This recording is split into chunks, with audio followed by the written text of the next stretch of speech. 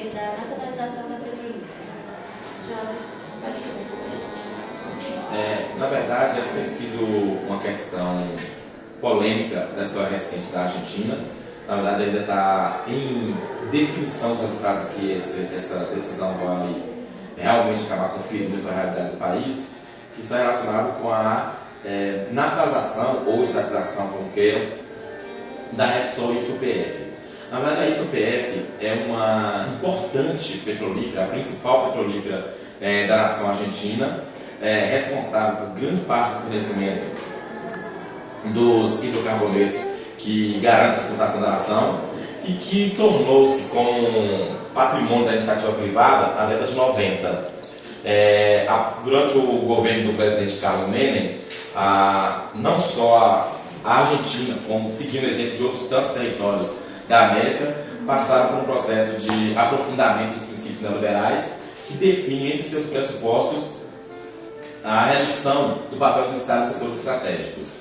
E dentro desse conjunto de medidas, lá nos anos 90, a YPF, que era uma estatal nacional argentina, ela foi privatizada. Foi neste período que a Repsol, uma empresa espanhola, passou a deter a maior parte do controle acionário dessa empresa. Uma curiosidade nesse momento é que naquela época, a atual presidente Cristina Kirchner era deputada da Argentina e, como deputada, esteve apoiando esse processo de privatização da empresa. Agora, em 2012, recentemente, na verdade, a Espanha, a Repsol e a própria nação argentina foram tomadas de surpresa com um projeto lançado pela presidenta a fim de estatizar de volta a antiga petrolífera que fora privatizada anteriormente. A justificativa que foi dada pelo governo argentino para que pudesse ter a estatização seria o pouco cuidado que essa empresa teria tido, na verdade, com a produção da empresa argentina. Eles alegam, principalmente, que houve uma redução muito brusca na produção e atribuiu essa responsabilidade à empresa que gestava, que era só por gerir a produção. Tanto que depois de 17 anos, a Argentina, pela primeira vez, foi obrigada a importar gás natural, que é um dos derivados do petróleo, que até então ela tinha suficiência que não precisava. Isso foi alegado, que na verdade era a responsabilidade do mau cuidado que possuía a Repsol sobre aquela empresa. Com esta alegação, a presidenta argentina Cristina Kirchner lançou uma proposta ao legislativo de que deveria ser tomada de volta, estatizada a YPF para a nação argentina, para o governo, e faria com que a Repsol perdesse o controle majoritário das ações daquela empresa, que até recentemente era de 57%. Eles tinham controle da maioria da percentagem de ações da petrolífera. Uma polêmica inicial com relação ao apoio dos governos das províncias argentinas.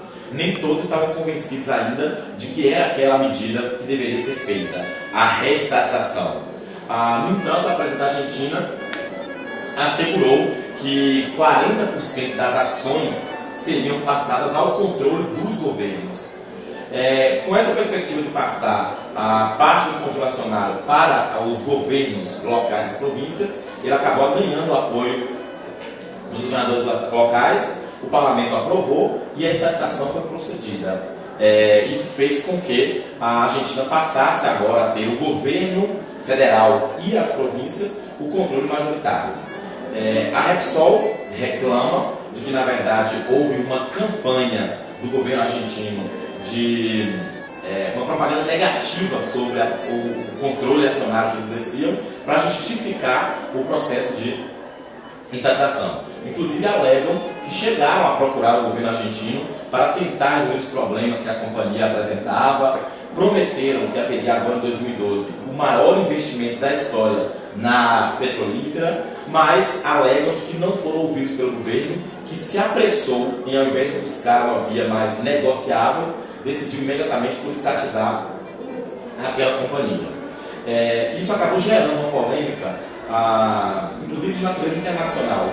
Enquanto a população argentina foi às ruas comemorar a retomada da sua principal produtora de petróleo, provocou reações principalmente na Espanha, gerando um clima de tensão diplomática, já que a Espanha, o governo espanhol, se colocou contrário àquela medida, defendendo os interesses da sua empresa privada. Então colocou-se, portanto, um clima de tensão entre o governo argentino e o governo da Espanha.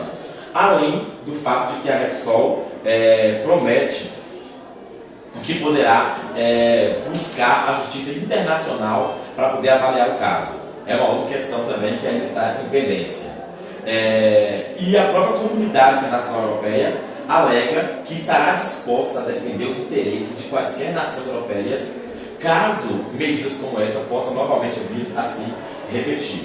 Enquanto isso, a nação argentina e a própria presidente Kirchner, ela acumula os louros de popularidade, porque a população viu nisso, uma boa parte, um ato nacionalista, um ato de valorização da autonomia da própria nação. Os críticos, inclusive, alegam que Cristina Kirchner, na verdade, ao tomar essa medida, está menos preocupada com a autonomia econômica do país e mais com a projeção de sua própria imagem. Alguns dizem que seria uma continuidade de uma prática política muito comum na América, que é a prática populista, em que os grandes líderes tomam essas medidas de caráter nacionalista para poder ampliar a sua própria imagem pessoal. É como os críticos, alguns, têm tratado essa questão da estatização da YPF. A presidenta, no entanto, alega que essa foi uma estratégia para que a Argentina conseguisse, enquanto nação, ter o controle da autossuficiência da sua produção de petróleo. Inclusive, a presidenta Kirchner comparou essa necessidade com relação ao Brasil. Nós também temos uma importante petrolífera, que é a Petrobras, e essa Petrobras hoje é de capital aberto, ela na verdade tem parte das ações do Estado e uma parte da iniciativa privada. Mas 51% é controlado pelo governo brasileiro. Então, eles alegam que queriam também repetir o que já acontece no Brasil, o que seria inclusive uma perspectiva de fortalecimento na América dessa autossuficiência do petróleo. Ela diz que este foi um passo para poder a América conseguir a autossuficiência de petróleo e que o próximo seria incluir a Venezuela, que também é produtora, no Mercosul. Essa apropriação de volta da YPF para o governo argentino, a inclusão da Venezuela no Mercosul e a autossuficiência do Brasil com relação ao controle acionário da Petrobras e agora a perspectiva da descoberta do pré-sal fariam com que a nossa região da América, no Sul especialmente, ganhasse autossuficiência. É a defesa da presidenta. Nós estamos ainda no processo de indefinição da situação. A lei foi aprovada, a YPF, a Repsol, promete reclamar e procurar a Justiça Internacional e ainda não há uma firmeza quanto a quais serão os valores que o governo argentino terá que indenizar a Repsol. Ainda é uma questão que continua em aberto. Então é uma polêmica, na verdade, da ordem do dia na história da Argentina nesse período do governo Kirchner. Podemos dizer que a situação é uma situação permanente? A gente pode dizer que não é permanente porque ela está em plena definição. Apenas ter aprovado a reestatização gerou uma série de entraves de ajuda diplomática, de negociações econômicas com relação a indenizações que ainda não estão plenamente resolvidas. Ainda aguardam outros tipos de julgamentos, de órgãos mais especializados e também entendimento das partes para que a solução seja plenamente resolvida. Apesar de a população argentina já estar comemorando o retorno da SPF para o controle do próprio país. Atualmente, nesse meio período que se volta a expropriação, quem está assumindo o controle da petrolífera? O controle da petrolífera já está sob o domínio do governo argentino. Já foram anunciadas várias demissões que serão feitas com relação às antigas chefias. Já foi cercado o território que era de gerência da Repsol, o que indica que, portanto, a posse efetiva e material da SPF já vai se consolidando de fato para o governo argentino. Uma questão importante é que, apesar da importância da YPF, a Argentina não tem autossuficiência de petróleo. E a nossa Petrobras, inclusive, também tem exploração de petróleo no território argentino. A nação argentina, inclusive, estava avaliando como é que está o controle petrolífero da Petrobras naquela região, porque caso não esteja também atendendo às demandas, havia um risco, uma possibilidade de talvez até mesmo empresas da Petrobras sofrer esse tipo de expropriação.